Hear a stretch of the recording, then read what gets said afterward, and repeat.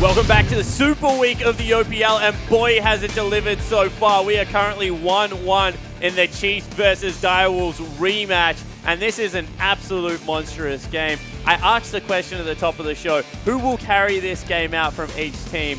I'm going to re-ask. This is where I want to start. Pastry, who will carry Game 3 and why? See, it's awkward because I don't remember what I chose at the top of the day, but I'm actually just going to go with Direwolves. I think for the narrative, it's better if the Chiefs win, and I think it's likely that the Chiefs will win, but the Direwolves are a team that I love it when they show up and they fight. They fought here in the series. I think, I'm not going to say they deserve to win, but I believe they have the tenacity to pull through. Taste of blood. Which player is it going to be? Is it Fantix? Is it Raze? Who you got your eyes on? I think it has to be Raze this time around. Fantix has played great. I think he'll only get stronger as the series goes on, but last time these two played, Raze went off on Ezreal and started solo killing Radiant in the bottom lane. I think Raze is just going to power up. The kid seems to only get stronger when he loses. Well, there you go, ladies and gentlemen. The man's gambled against God, and we'll see if he can win. What about yourself, Fish? You've, I think, 0 for 2. I don't even remember your last week's scores. You're down the bottom of the ladder somewhere where I can't see you. Who are you picking? I'm still going to be picking the Chiefs. And I think the person that's going to put them on their back is going to be Ejim still. We saw what he did to Kuda when he picked Soraka in Game 1. So it does seem like the boot camp has worked for him. And even in Game 2, when they got defeated, he was setting up some great plays for Radiant. I think he's going to be a person to watch out for. There's a saying, ladies and gentlemen, it takes one to know one. I am an anti-prophet.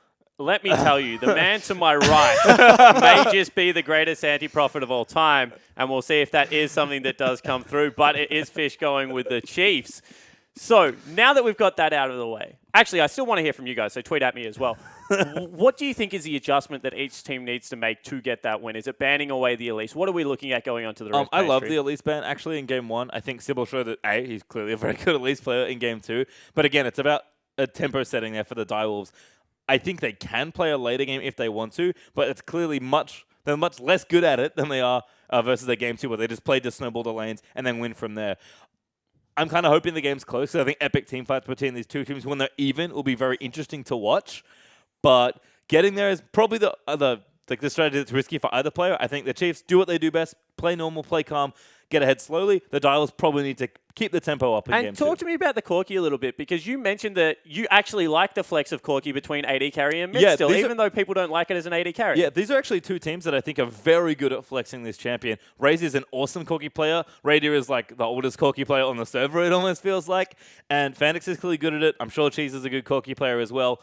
It's a champion that, yes, is preferred in mid lane, but you always want flexibility with his top picks. I feel like Corki sort of got to the point where people have figured him out, and he has got a couple of touches here and there as far as the nerfs go. So, yeah, I think being able to play in both lanes is just important. And Coach Fish, you've been a coach before. Put your coaching hat on. What are you looking at this game? Well, I'm going to be looking at Chiefs to do what they did in Game 1. Okay? What they did really well for them was that... Sorry, I'm going to be looking at Direwolves. What am I talking about? I don't know. What are you talking about? I completely confused myself now. What I want to see them do is not tunnel vision. Because Direwolves, although I predicted Chiefs to win, I want Direwolves to not tunnel vision anymore. Look how well they did Game 2 when they weren't playing this, we have to kill the Radiant. I don't know. Do you see some of the late plays? Like, they were really far ahead. It worked out for them. Eventually, they still killed the Nexus. A lot of things work out when you're 12k up, mate. Let me put it that way. Like, the goal of the game is to kill the Nexus, not kill the Radiant. Let's just take one step backwards. You pick the Chiefs to win. And what you want is Direwolves to pick a consistent draft. Yes. He is the anti-prophet. I actually have no idea what's going on. Okay, so from a Chiefs point of view, I want them to stick with the Sybil bans because I actually think that his Elise is very, very strong. And he showed that once he defaults away from that, he goes to actually some strange junglers. He goes to Udyr, he goes to Zac, and I think it's really, really important that Spooks is able to dictate the pace of the game like he did in Game 1. Again, jungle pressure and tempo has been really important in both of tonight's matches. I already sort of explained how the Gragas Elise matchup is really interesting and very dynamic. I think Gragas is, again, a great champion, but Elise just plays ahead of you too often. I think Spooks, he just needs to slow things down. He has a whole bevy of junglers he can go to and just take Sybil off what's clearly one of his best champions. Yes. You can't let Sybil break that down again. You have to get back into your groove, and you have to do that. And what do we think about double Olaf picks? Swiper seems to love Olaf at the moment. Yeah. It's not really making that much sense to me. This is sort of a Swiper thing, I guess. He gets attached to champions very easily. He picks them up very quickly, which is also quite impressive. But Swiper, I feel like he wins a game with a champion and he wants to play it until he loses. And I feel like now that he's lost, he's probably going to swap. But it's maybe a bad habit of his. I think the Olaf is a fine pick in general, but wasn't necessarily what they needed. Certainly couldn't get the same snowball going that he had. It made a lot of sense to me in game 1 because as Olaf, you can just run straight at Soraka and kill her immediately. There's nothing you can do to stop that. Game 2 didn't make too much sense to me, and it kind of feels like the Chiefs are tunnel visioning on that a little bit. Well, we'll have to see if that is the case because, guys, this is 1-1, and we are about to get into game number 3. So here is Atlas, Frostgruin, and Rusty to take us there. Thank you very much, Spawn. Game number 3.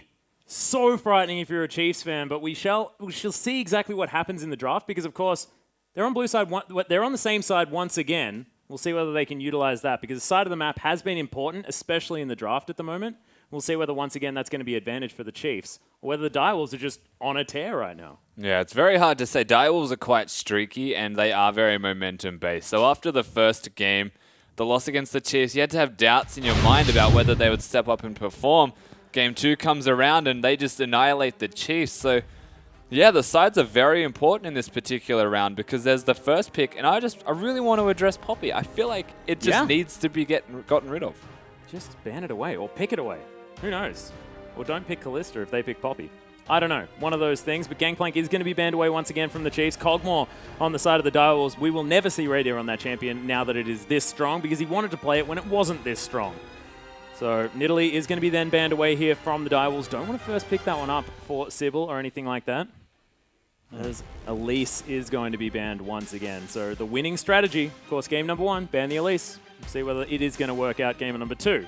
You made a prediction in the other room, Rusty, that Sybil was going to go to Zach. Probably, yeah. That's his last successful champion. Nidalee banned, Elise banned. He could go for something like the Udyr again, but he's known, he's tried, and he's tested. The last time they had a game 3 against the Chiefs, it was the Zach Wombo that actually won them the series, along with the rest of his team. And it's just the engage tool. It's the long-range go button that they really need. You give Sharp a better matchup in the top lane instead of a Malphite, and you can afford to give Sybil something like the Zach. It just works out better for the team. There's the Poppy ban, though. So I like it.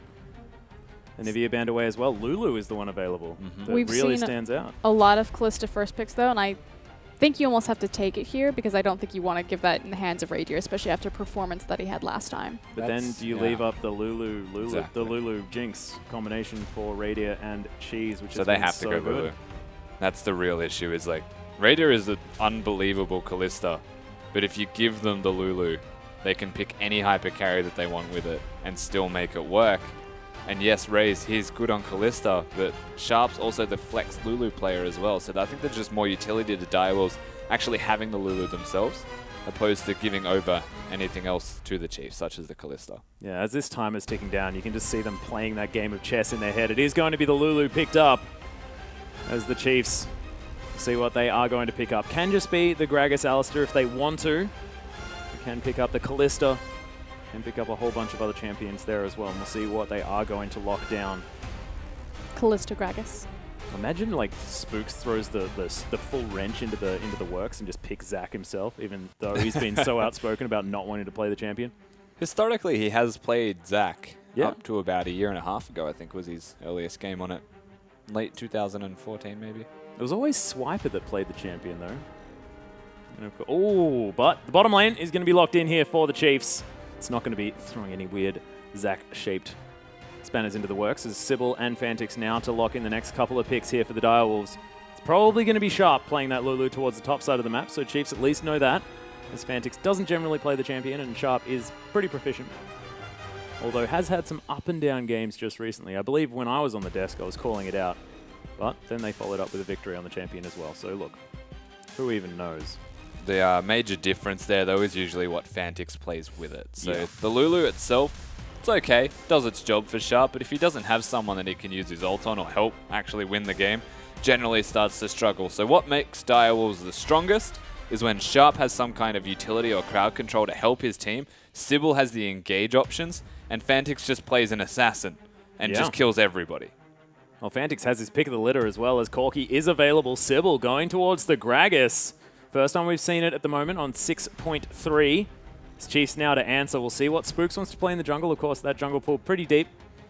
Can play the Rek'Sai, can play the Lee Sin if he wants to. Go back to something a little bit more early focused. But we'll see exactly what the Chiefs want to do. Haven't seen too much Graves now that we're on 6.3. but could also go that route if he wants to farm things up. What is the pick going to be? That is the question. Still lots of options. I feel like best case scenario for Chiefs at this point is actually to lane swap though, despite the fact that they got such an impressive 2v2. And obviously they have full confidence in their 1v1 and 2v2 abilities, but I just think that on a macro and map movement level, they can very easily manipulate and outrun the Direwolves in the early game, supplement a gold lead, and transition that into a mid-game This lead. is the perfect Swain game. Just Oh quietly. my god. Isolate the middle lane. We may Assume it's a find our way Corki. back to the promised land. Nautilus has got through the Ah, draft. yes. Spooks goes back to the rumble in the jungle. Although he doesn't play the skin because the animations aren't as cool or something weird like that. I don't understand it because it's called Rumble in the Jungle. It's so frustrating. But these are 2 power picks for this team. We'll see whether they can make it work. By all means, go in. Rumble Okay. jungle. I'm a massive Rumble Jungle fan. Obviously, we've seen it in the LCK. We've actually already seen it played by Legacy, I believe. Carbon picked it up in the OPL, and the entire Spooks. idea... It was Spooks, Was yeah. it Spooks? The entire idea of Rumble Jungle is that he's low econ. Runic Echo is, of course, bringing power to Gragas, Nidalee, Elise, and Rumble. But the big thing also is that Dragon got power back in Dragon 2 and Dragon 4, and obviously Rumble is a terrific Dragon team fighter with his ultimate. Level 6 is incredibly potent, so that's the idea with Rumble Jungle. He's excellent. Love to see it picked up. Not to mention the fact that Spooks, whenever he played top lane, the only champion he was confident on was Rumble. I actually played with him a little while ago, and admittedly, in my area of League of Legends, he doesn't struggle too much, but definitely likes to play the old Rumble when he gets a chance. He hasn't struggled a lot in this level. Most certainly not, but when he's a jungler, you know, like, of course, didn't start It off that also, way and all that yeah, sort of stuff. it hides the Rumble with a lot of fighters playing in the top lane at the moment. You generally struggle with your laning phase, so able to get the free level 6 and unexpected equalizers. Well, Quite speaking of interesting. equalizers, it is going to mean that Fantix takes the Corki into the mid lane. Does have that package, which is rather similar. And Raze is going to be taking his fabled Ezreal towards the bottom side of the rift. Braum picked up as well in this Direwolves lineup. Lots of mixed damage, lots of potential carry out of the 2 Direwolves damage dealers. Of course, Fantix and Raze doing a heck of a lot of work. Mostly Fantix. This guy has pretty ridiculous damage output. The man does a heck of a lot of work. About 33% of his team's damage all up. I guess Victor here. Just swain them. Please, get us to the promised land. It's just the one thing everyone wants, though. Cheers, the renowned OG Swain player, but Oh, yeah. Well, looks like going back to the Lux is what he's going to do. So wanting to lock down the mid lane for the Direwolves here. And he can just wave clear. And they have so much area control. We'll see whether they can keep Radier alive. Yeah, and that's really what it comes down to. They also have fantastic long-range engage. Obviously, the Equalizer and the, Final Spark Yep. have very similar radiuses where you can pretty much knock at a whole team. Again, fighting around dragons is incredibly important, and if there's one MO that the Chiefs have really set up this game, it's their vision control.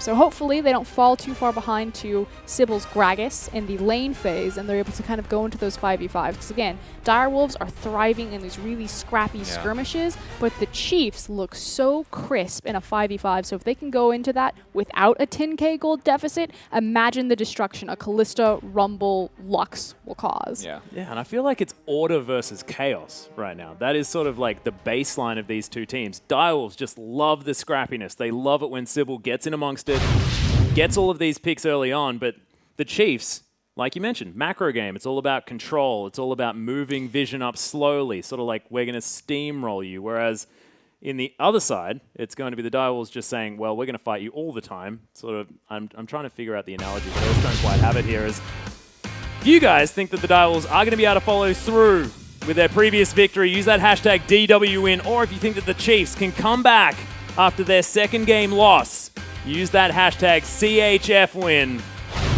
This is the big one.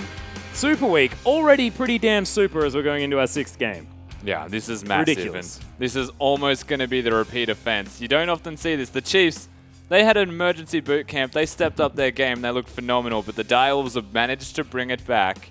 And only in a Chiefs Direwolves game do we see this again. Yeah, this is so intense. And the fact that you cannot call it right now as well is just a testament to how much the Direwolves have improved as well. I mean, if this was last year, you'd be thinking, well, the Chiefs just take this. It's absolutely fine. But now, everything on the line, Chiefs really having to prove themselves as they are going to check out the Keystone Masteries. One more more time. Pretty standard stuff across the board. Yeah. I Wind do. speakers still on Ejim. Is that still the standard now that the Triumphant Roar has been nerfed a little bit? Yeah, so Mata was the first one that I really experienced taking this mastery on Alistar, and the reason why is your Triumphant Roar is obviously an AoE heal, and with the Wind Speaker's Blessing Mastery, it allows you to give an AoE MR and armor buff to your team for, I believe, 3 seconds. Your Triumphant Roar was nerfed to a 16-second cooldown. And actually Alistar's, and Ejim did this last game too, where he put early points in E. Mata actually maxes his E first, as opposed to maxing the Pulverize or the Headbutt. So you're effectively trading off a lower cooldown on your ability to give your team free AoE stats off of the Mastery versus a lower CDR on your Pulverize or more damage on your Headbutt. I like it. Mini Aegis of the Legion. So Yeah. the cool thing about Rumble Jungle as well, by the way, while we're watching him just burn everything on his way, is you can start with 50% overheat, deal bonus damage, and the second you hit level 2, the goal with Rumble Jungle is to overheat. Every single time you get the shield, you can overheat with the burn and just destroy minions because you get bonus attack damage. Helps you move really fast through the jungle as well, having Yeah. more movement speed. I find it pretty ironic that apparently he silences himself when he overheats, whereas he is the loudest freaking champion on Summoner's Rift. And something that I also really want to clarify while we're talking about Rumble is this idea of like low econ and what that actually means. So there's kind of two different types of champions in League of Legends. There's champions that are item dependent, like Aurelia and Jax, and there's champions that are level dependent, and Rumble is one of those. And typically a champion that is level dependent can be what we call low econ, where they don't need gold or items to really do their job efficiently. Supports is an example. Exactly. So like if you're against a Jax, and everyone's been in the situation where Jax goes like 0-10 in lane, but suddenly he has 150 CS and he gets like 2 items, and then suddenly he's a god and he kills you. He's an item-dependent champion. Same thing with a lot of assassins. Whereas Rumble, again, his ultimate is going to be his big power spikes, 2 points in Flame Spitter, things like that. And he's got the weirdest power spikes as well. It's like level 2 and then level 4, and then as you get different levels of champions, which is very strange. I got very confused when it got explained to me, and I just default to letting you guys do it. Very similar to Corki, actually. Well, we'll see how Sybil goes on this Gragas as he's moving towards the mid lane at the moment. Just wanting to get towards the other side of the Rift by the looks of things. Popcorn Chicken's going to be on his menu. But you can see Spook's farming very quickly. So I also love analogies, and I don't know why I keep thinking about this, but these two teams, so we're talking about how Direwolves are like scrappy, they're like Jack Sparrow, okay? Oh yeah, as Fantix can get caught. They're like kind of lopsided, everyone likes their swagger, you know, they like roll up, it's a party.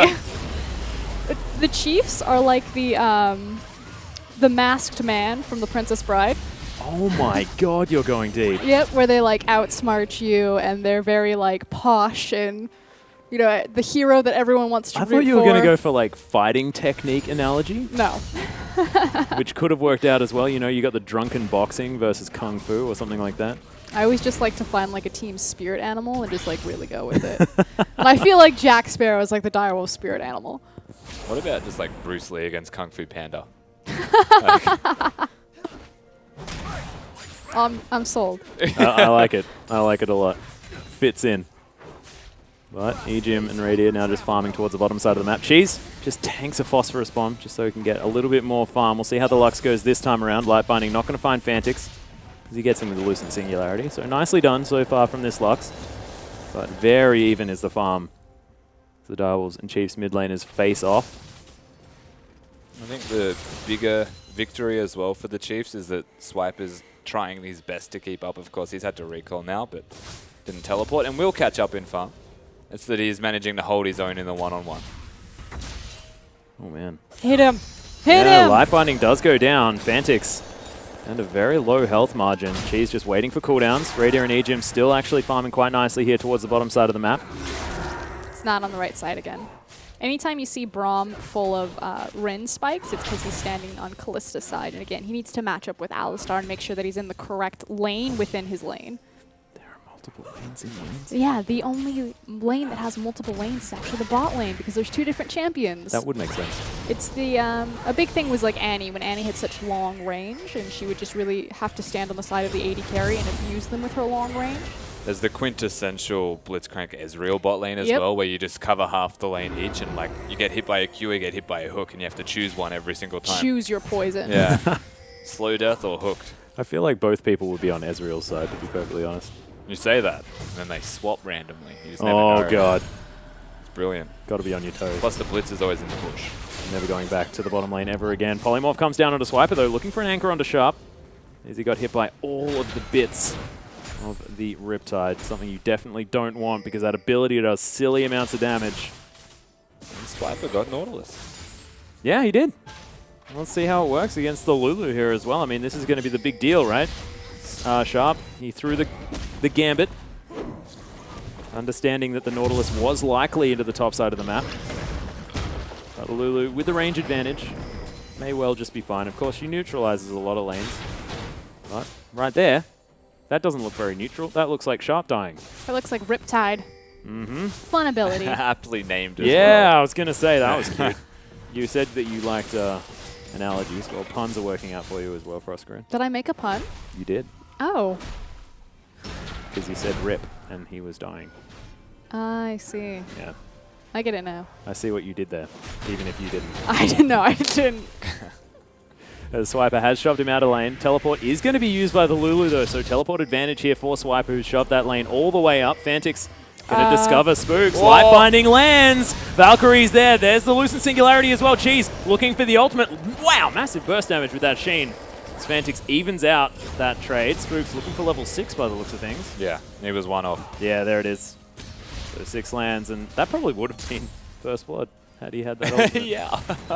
Super close, of course. Cheese had his own ultimate, so saving the trigger.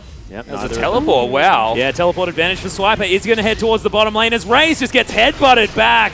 Swiper locks down Kuden as he thinks that, you know, his bottom lane has got this. True Shot Barrage comes down. Radiant just going to 1v1 as the first blood goes down. Kuden underneath his turret. Spooks is going to pay a visit. Equalizes there, but he may actually be in trouble. Headbutt comes in. Ejim says, I got you, buddy. Picks up the kill under the turret.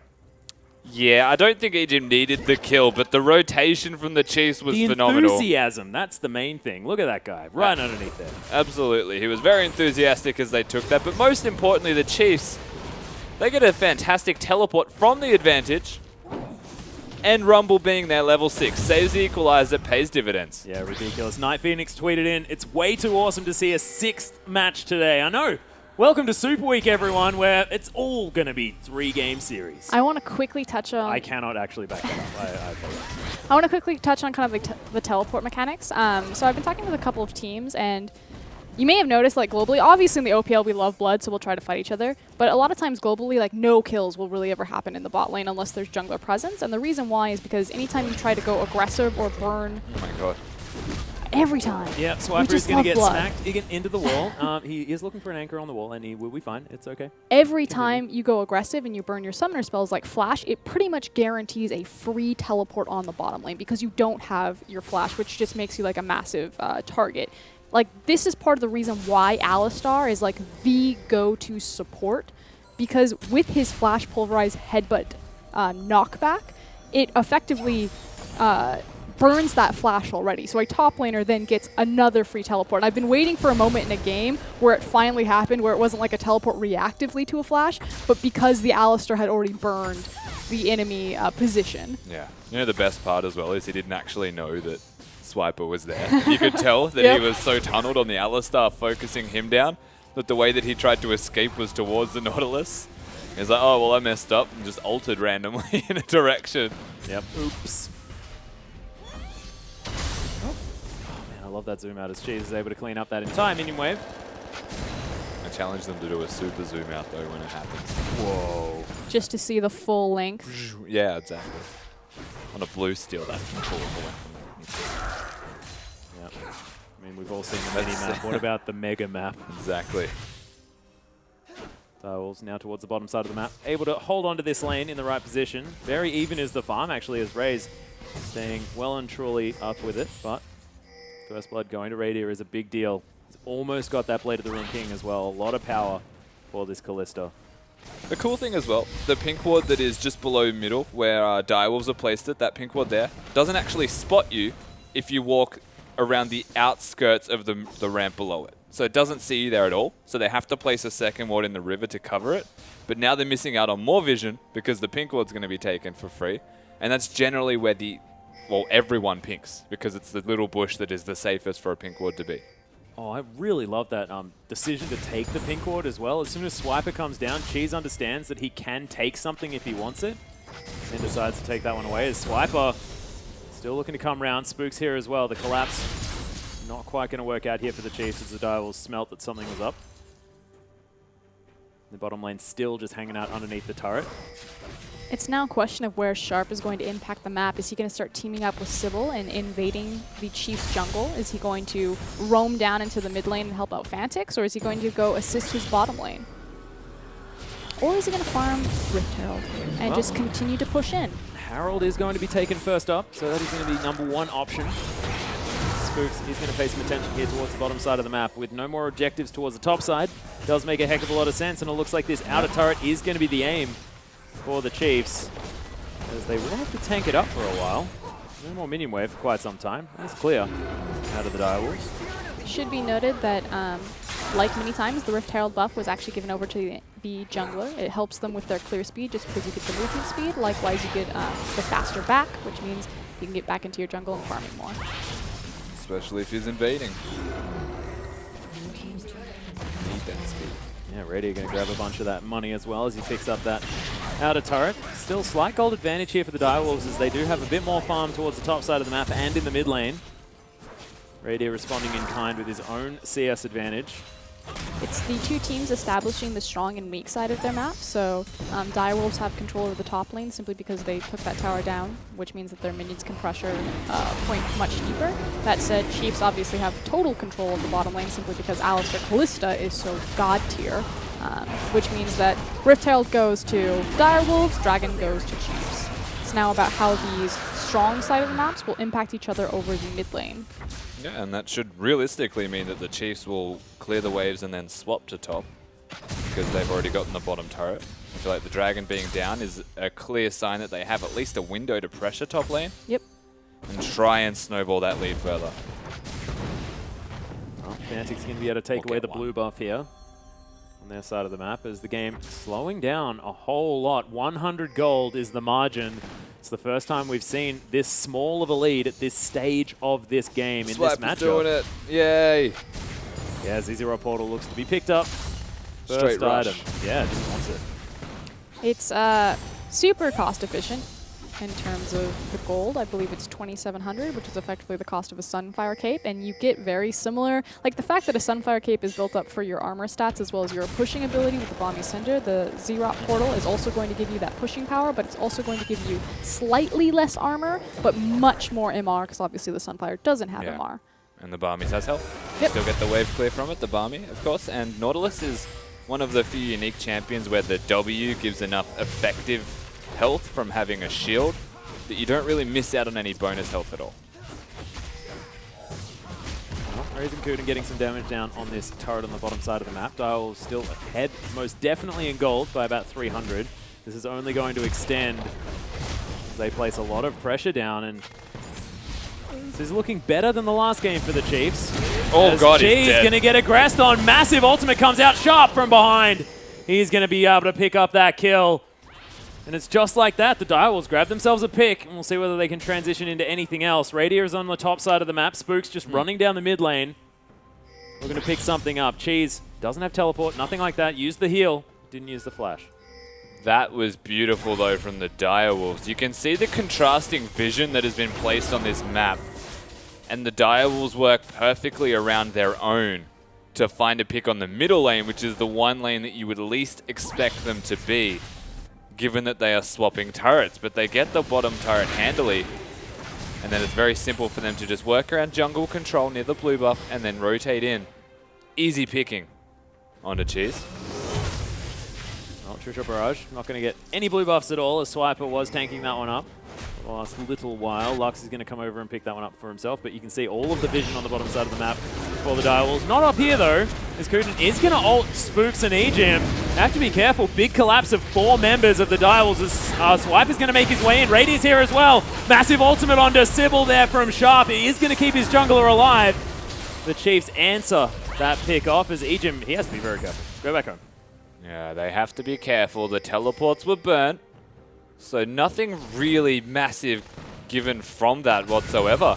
And Raider hasn't even gotten the top turret yet. So honestly, Direwolf's still in a point of power, and this is all being seeded through the middle lane. And there's also a package for Fantix in base as well. So with those teleports on cooldown, Direwolves may have a little bit more engagement opportunity with that Corky's help. Sharp going to answer the split of Radier towards the top side of the map, who is holding on to that 20 CS advantage. We'll see whether his Callista is going to be as potent as it was in the last game despite the deficit. I feel like Radier does this every single time, where he's in vision, he clears the wave by pressuring it forward. Hides. Yeah, waits till vision dies, and he just hides and waits for the enemy. You know what? The sad thing is it works more often than not. Everyone's like, oh, he's gone, he's recalling. You wait about 5 to 10 seconds, yeah, he's definitely gone now. He's never gone. He's always there. Yeah. Never leaves the lane. Gragas does have Cask backup and available. We do see him kind of sitting on the flank of Cheese. Obviously a little bit harder without the flash, but this is kind of the reoccurring theme. Again, Gragas is so good at breaking these freezes, or excuse me, kind of these ARAMs. Well, he's going to have to try a little bit harder than that, as the final spark was able to clear out the whole minion wave pretty effectively. Zizirot portal now put down, I think, towards the bottom side of the map. Swiper does have that one, just stopping the potential split push. He put On the bottom side. very defensive Zerot portal by putting it behind the tower. Obviously, it's not going to go as far forward, but it's more so about slowing down pushes and keeping your tower safe rather than attempting to build up a siege. And that's entirely what Swiper does. So there's very different types of Zizirot portal usage. One is to siege turrets. Swiper's is always to defend the lane he's not in, to then leave that lane and be a part of a team fight. You can see now Nautilus moving towards the bottom side of the map. Raze may actually be caught out of position here, as Death Charge is not something to be underestimated. But Swiper just saw a heck of a lot of farm, which he quite wants to get to. I love the banana Nautilus skin. Man, this Ezreal on a bunch of poke. Yeah, Swiper needs to actually be a little bit respectful of this. Yeah, I don't Mystic think Shot's he hurting. is really accounting for the red buff burn as well. Yeah. Absolutely, that red buff was a surprising amount of damage. Well, you can see Raze still able to get that push on, but The Chiefs are so diligent about their pink ward usage. Again, just like take a peek into their inventories. I think it's almost mandatory that as they back, if they have space, they must buy a pink ward. It's one of the earliest things that you learn on a competitive team, and I'm sure it's been drilled into the Chiefs. If it costs you 1,250 for a needlessly large rod, you recall with 1,400. It's your pink ward and a potion. well, the Chiefs now placing this vision as Radier has made it to his 2-item power spike. The Renan's Hurricane as well as that Blade of the Ruined King have been completed. I thought about making like a good-looking coach and analyst and so clever of the Chiefs structure joke, but I was like, I'm not going to give it to him. Yeah. It's not worth it. I'm most curious about what Spooks is buying. Well, Swiper is actually going very aggressive here in the mid lane. Turret is going to fall down towards wow. the bottom side, as Swiper's going to get smashed in the mid lane. Prismatic Barrier thrown out as a slight effort to try and help him, but it's not going to work. Direwolf's pushing aggressively in the mid lane. Loosen Singularity not going to do too much as Life Binding comes through. Sorry, Final Spark comes through. Sybil gets caught as Cheese was looking for the auto attack, but does have to be careful. The Equalizer is still here for Spooks if he wants to throw it down as Swiper. Only 15 seconds to go on that death timer, but Direwolf's got what they wanted. The outer turret in the mid lane is theirs. And they continue to push forward. 2,000 gold remains the lead for this Direwolf squad. Sybil is a walking highlight reel. He's playing Like so that keg well. was unrealistically amazing. Like Right into the belly bop. there was no reason that that should have been so good. Like this guy is unbelievable. Spooks and Ejim looking for something, but Ejim getting chunked out already. Big damage out of Sybil as he's still looking for more. Grabs a drink, Sharp's coming around. Radier's here as well as Ejim's right in the back line. The ultimate's there. Fate Skull comes down as well as Radier. Actually quite low right now. Raze off to the side. True Shot Barrage is going to nab Radier, who has to flash out of the way. Huge dredge line is going to come in as Swiper sacrifices himself for the team. But look at Sybil right on top of Radier as Putin's going to get locked down. Spooks over the top as well. Final Spark for a lot of damage as there's Ejim with the hero move, but it's not enough. Double kill comes in for Fantix. Cheese is dead as well. Fantix grabs that one. Raze grabs another. My God, the Direwolves are going off, and that's an ace. That is ridiculous. The Direwolves completely ace the Chiefs on their own engage option. The Chiefs decide to go, and they pay for that with their lives. The mid lane turret and so much control of this map. We're seeing a repeat offensive from the Direwolves, and they've started strong in Game 3. And again, just as Rusty was saying, it was really the Chiefs that engaged this priority first. Radier, of course, throwing out the Fates Call to try to reposition Ejim, but just goes right into Sharp. And just as you said, Swiper effectively has to sacrifice himself to attempt to save his AD carry, but Sybil is just such a monster this game. Yeah, there is no reason to even save the AD carry, who unwillingly jumped into an Ezreal ultimate, as well as Lulu being right there. And it's just, honestly, it was a mechanical mistake, as well as decision-making. It's a rare occurrence from the Chiefs, but it's also the Direwolves looking phenomenal when they're engaging these fights. Sharp saving his ultimate for as long as possible, a very big deal, and Kudins to disrupt the entire fight. So these weird jungle fights, and this is a very interesting dynamic between these team compositions, is Rumble always wants to fight in choke points in a jungle. So does a Braum, so does an Ezreal, so does a Corki, so does a Lulu. But the trend here, I feel like both of these teams are going to be meeting in the exact same spots. Thinking that they're strong. Yeah, and it comes down to who does it better. Last fight was Direwolves. Damn right it was. That was a clean ace. Able to transition to the inner turret there as well. Direwolves now with a 6,000 gold lead. That has erupted in this game. It's looking very reminiscent of game number 2, if you were to liken it to anything. And it seems like this is flat out kryptonite. Swear to God, this Direwolves squad seems to have the Chiefs' number right now. Definitely playing phenomenally. Rusty just motioned at the banner of command in Sybil's back pocket. And Yeah. I know he's a big fan of that item, especially because we also have a Xerath portal. And he likes the AP as well. It's the best combo, honestly. Oh. You just get both. It just makes me happy. I can't believe we haven't seen both yet on like the same side. Wow. That, Yep, okay, Baron. explosive cask onto Spooks. And that is going to secure the Baron. Direwolves take that one Oh, out. wow. Package delivered now as Radier is going aggressive. Fantix so far forward. Spook's going to get destroyed. Fantix knows exactly what he's capable of. Sybil now maybe a little bit too deep as they do manage to grab that one. Huge knock-up from Kuden, but this might be the Chiefs' opportunity to make something happen. Fate's Call comes down. Cheese grabs the next kill. It's a 1 for 2 in favor of the Chiefs. But Direwolves back out. That is the Baron to the Direwolves. And though they get picks here back in response, the Chiefs, I don't know how much it's going to sway what's happening in this game as Direwolves aren't done. Yeah, looking for Ejim. That ultimate is about to run out as Raze over the top. Doesn't get the Mystic Shot to finish things off. And Chiefs still able to push through. You can see pings towards the top side of the map. Huge wave pushing in for the Direwolves, but bottom side does need to be looked at. That's the rock portal as well. Yeah. Big thing is the fact that they retain the Baron on at least 3 members, priority onto the teleport, as well as the 2 primary pushers. Yeah, Chris going to tweet in saying, why you repeat episodes of IMOPL? I saw this episode weeks ago. The deja vu is so real right now, I agree. Oh, Savage. damn right. Of course, we don't know the outcome of this game There are just different yet, characters Stranger. in this one. There are different characters. Where's all the scripting memes? I feel like this is a perfect opportunity. Oh, sorry, I just went to say scripting. Understandable. Yep, okay. Brain went to a different place. It's I all apologize. good. I apologize. It's been a long night. Hey, he's doing the build. Aw. Oh, man. As if on cue, Swiper, you're the best. Beautiful. Beautiful. Give me Well. the little beetles with the banner of command minion and the... Yeah. Horde. Oh, only you yeah. could use- Yeah. If only you could use Banner of Command on your little ZZ Rot portal minion. Picks a big minion. Just make a really big Rhino. Then I could actually win. That'd sort of actually be a Rhino, The yeah. Rhino argument. Thank I'd goodness. pay that one. Finally. I don't know why you get to decide, but I don't know either, I'm just but trying to convince you so much. Cheese, Prismatic Barrier, just wants to keep himself as safe as possible as the Direwolves with a lot of vision control. Haven't actually removed all of it for the Chiefs, but they're now pressuring so hard. Baroned up minions heading towards his top inner turret. The Chiefs, no answer at this stage.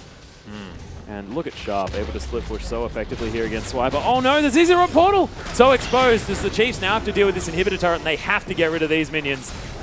Radier able to dodge out of the way of the skill shots, get some work done. Sybil the guy to watch is Sybil. Oh, It yeah. just takes Radier being, or Cheese probably primarily, being just slightly out of position. He has the flash, he has the cast.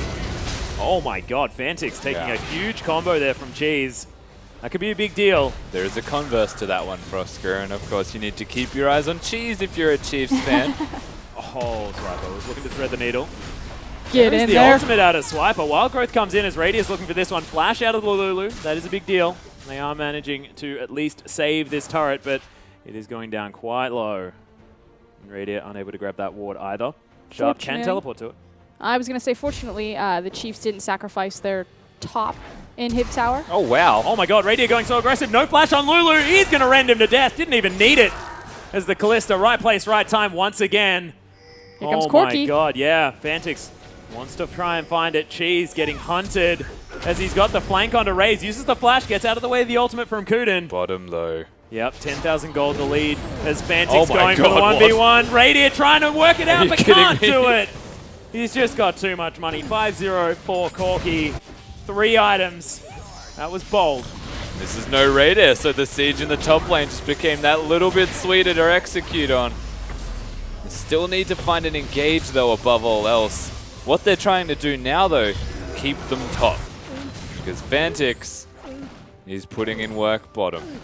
Yeah, he will get this turret as well. As Final Spark, now back off cooldown. Spooks has the equalizer. Super tense, but once again, 10,000 gold lead, more so 11,000 as Direwolves keep the pressure on. There's a huge headbutt pulverizes, in go the Chiefs. Final Spark over a couple of members, but just not quite doing enough damage. Swiper right in amongst it. Sybil trying to get the work done, is able to as Swiper's going to fall. Tanking the turret, doesn't care. Direwolves grab one. But they hold. Yeah, can't quite grab any more. Still, it's a lot burnt on the side of the Chiefs. This is still, they've got Fantix split pushing in every single lane. The Direwolves have stayed and they're committing to this. There's no ults available for the Chiefs. Ray's getting burnt down, base of the mountain shield, right on top of him. He's going to keep that Ezreal safe, and Fantix just having his way with any turret he wants. Ejim gets chunked out. Thank God there's minions there to block that big one, because he would have just killed Ejim straight out, I swear. Just does so much damage. Yeah, the big thing now, though, is that they haven't broken the base. Those turrets will regenerate health if they don't address them. It's a package time for Fantix, though. If ever there was a moment that they want to address bot lane with maybe a Bandit of Commanded minion, work around Baron, get a pick. That's all it'll take if you're the Direwolves. The Chiefs, on the back foot, still well and truly in this. We've seen Raiders damage.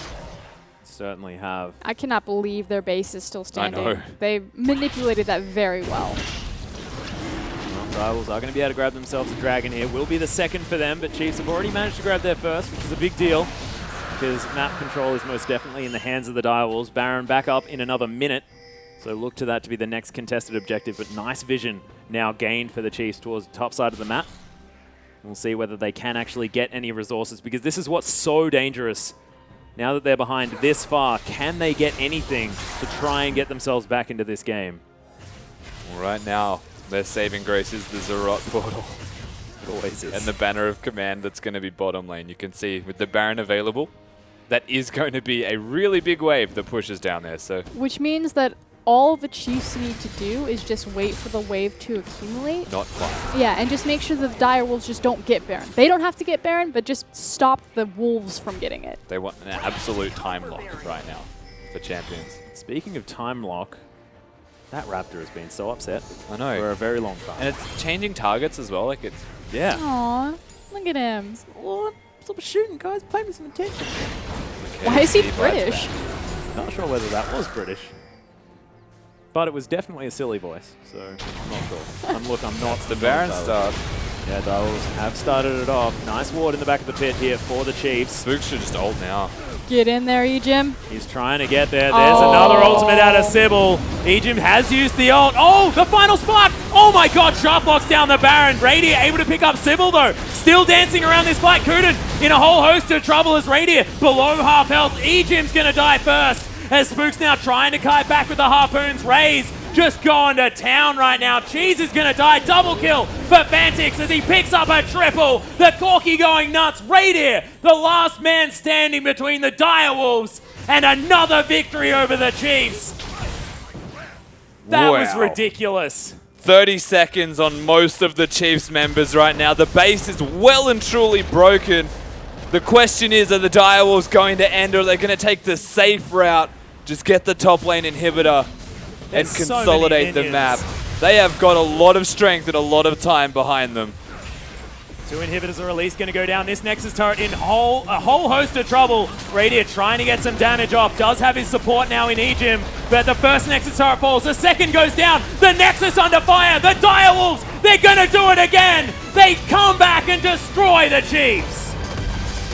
Direwolves, man. Oh, that has to sting. Oh, no. Woo! Super congratulations to the Direwolves. Yeah. That was incredible to find the morale to come back, especially that was a 26-minute shutdown in the first game, and to find the morale and momentum to come back in a 2-game 1-2 punch. Yeah. Fantix, Sybil.